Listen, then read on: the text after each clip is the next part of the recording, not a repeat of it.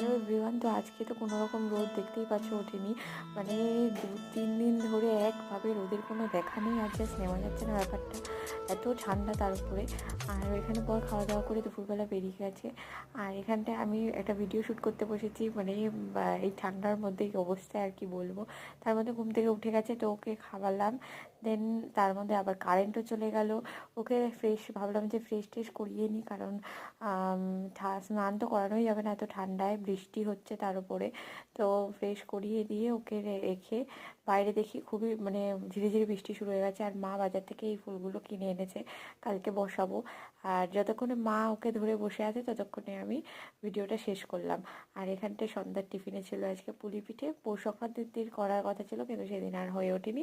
তো আজকে তাই টিফিনে এটা মানে সন্ধ্যা স্ন্যাক্স হিসেবে আজকে আর কি খাচ্ছি। তো বর খেয়ে বললো তো ভীষণ ভালো হয়েছে। তো এই ছিল আজকের দিন।